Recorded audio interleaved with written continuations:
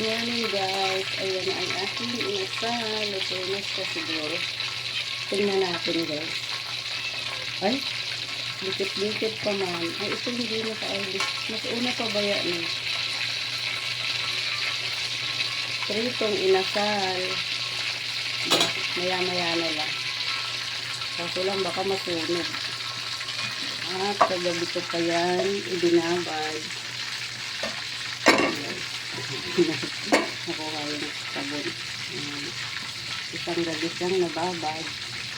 Ang timpla lang yan guys ay toyo. So this one hindi ko sponsor. Oyster sauce. Mamasitas hindi ko sponsor. Hindi ko rin. Tapos pamintang durog. Ano pa yan? Tomato paste. Ayan. Tapos maraming bawang. Isang buong bilog na bawang. Yun lang. At yan, tanglad. Shout out sa may-ari. Kumuha kami dyan sa may gilid ng bakod. Yan ang aming inasal. Itong inasal. Ay, magpabaliktad ko na.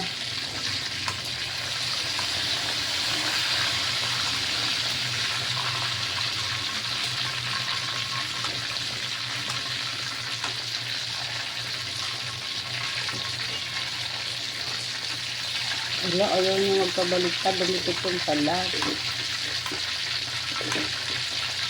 Ang aming, ano guys, ay coconut oil. Ang mantika namin. Coconut oil! Uy, magpabaliktad ka na. Ayaw nyo magpabaliktad guys. Nakadikit pa talaga siya. Ito. Ang mabuti pa ito. Una, baliktad siya agad. Mas nauna baya nyo guys.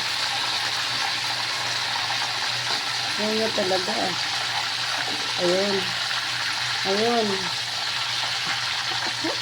Nandun siya nakadikit pala. O sa dulo.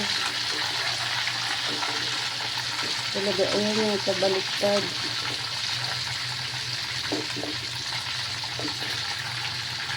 Nakadikit talaga ang balat. Ayan, hala. Sayang. Dinikit yung balat niya banda dito. Wow, ang ganda ng atong chicken inasal sa kawali. Yummy, yummy yan.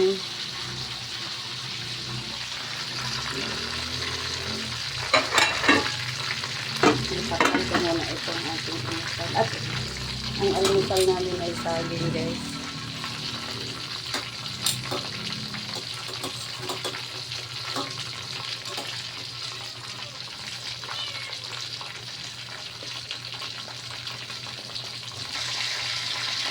Yan na guys, luto na siya. Ang bango-bango ng chicken inasal ni Tess Pontanos. Napakanta. Hindi na ako magpapakita sa inyo guys. Nakaligo na ako pero hindi pa ako nakasuklay mabuti at ito nga binabaliktad ko. Habang nakasalang kasi ito ay naligo ako. Ganun ako kadaling maligo. Siyempre, naligo din tayo pagkabigaw. Kaya, hindi na dapat magtagal sa pagligo.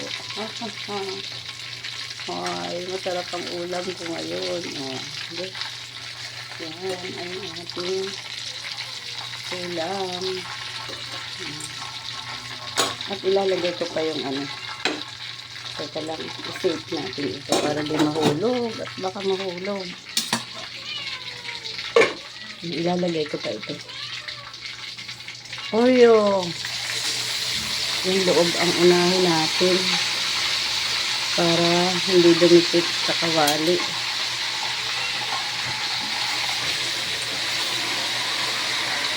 Yan.